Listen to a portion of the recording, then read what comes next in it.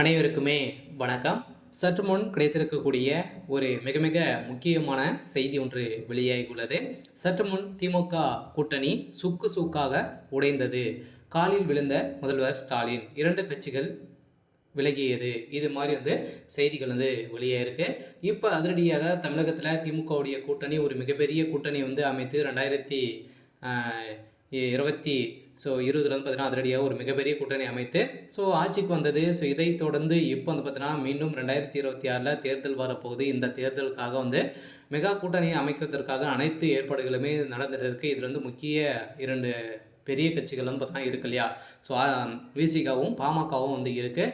இதை தொடர்ந்து இப்போ அதிரடியாக திமுகவுடைய கூட்டணியில் நடக்கக்கூடிய விஷயங்களை பார்த்தாலே பார்த்தீங்கன்னா திமுகவுக்கு எதிராகவும் அந்த கட்சிகளுக்கு புறம்பாகவும் பார்த்தீங்கன்னா திமுகவுடைய தலைமையகம் செயல்பட்டு வருது. இந்த நிலையில் தான் இப்போ அதிரடியாக திமுகவுடைய கூட்டணியிலிருந்து பார்த்தீங்கன்னா விலக போகிறதாக அனௌன்ஸ்மெண்ட் கொடுத்துருக்காங்க. இந்த நிலையில் தான் இப்போ முதல்வர் ஸ்டாலின் அவர்கள் கால் பண்ணி பார்த்தீங்கன்னா காலில் இல்லாத அளவிற்கு கெஞ்சி பார்த்தீங்கன்னா விசிகாவை தலைவர் திருமாவர்களுக்கு கால் பண்ணி பேசியிருக்காரு. இந்த நிலையில் இப்போ இன்னும் பார்த்தீங்கன்னா ஒரு சில தினங்களில் திமுகவுடைய கூட்டணியிலிருந்து மிகப்பெரிய கூட்டணி பார்த்தீங்கன்னா 2 கட்சிகளும் விலக போகிறதாக தகவல் வெளியே இருக்குது. இதை பற்றி இந்த வீடியோவில் நம்ம முழுமையாக பார்க்கலாம். அதுக்கு முன்னாடி நம்ம சேனலுக்கு இப்போ தான் நீங்கள் முதல் முறையாக வந்திருக்கீங்க அப்படின்னா மறக்காமல் நம்மளுடைய சேனலை சப்ஸ்கிரைப் பண்ணி சப்போர்ட் பண்ணுங்கள். வாங்க வீடியோக்குள்ளே போகலாம். பார்த்தீங்கன்னா திமுகவுடைய கூட்டணியில் பார்த்தீங்கன்னா ஒரு மிகப்பெரிய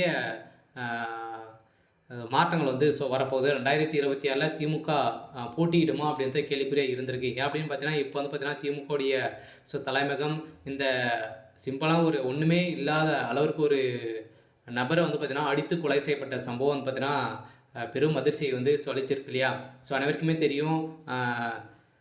கோயிலில் காவலாளியாக இருந்த ஒருவர் பார்த்தீங்கன்னா நகையை திருடிட்டார் அப்படின்ற மாதிரி குற்றச்சாட்டுகள் வைத்து பொய்யான வாக்குறுதிகளை சொல்லி இவர் பார்த்தீங்கன்னா அடித்து போலீஸார் கொலை செய்யப்பட்ட சம்பவத்தின் அடிப்படையில் இதில் முதல்வர் ஸ்டாலின் அவர்கள் பார்த்தீங்கன்னா இதில் தொடர்பு இருக்குது அப்படின்ற மாதிரி தான் இப்போ பார்த்தீங்கன்னா செய்திகள் வெளியாகி வந்திருக்கு. இந்த நிலையில் இதில் முதல்வர் ஸ்டாலின் ஏற்கனவே கால் பண்ணி இவர்கிட்ட பேசி இது மாதிரிலாம் பேசி அடுத்த ஒரு மணி நேரத்திலே இவர் இறந்த சம்பவத்தின் அடிப்படையில் அதிரடியாகவும் பார்த்தீங்கன்னா இவருக்கு திடீர்னு சந்தேகங்கள் ஏற்பட்டிருக்கு.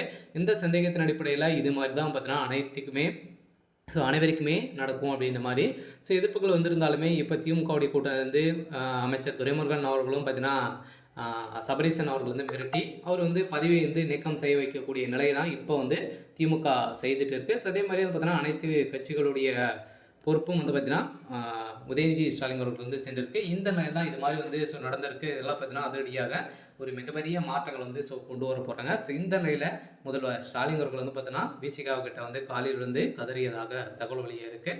சரி, ஓகே. இன்றைக்கான அப்டேட் இதுதான். மறக்காமல் நம்மளுடைய சேனலை சப்ஸ்கிரைப் பண்ணி சப்போர்ட் பண்ணுங்கள். தேங்க்யூ.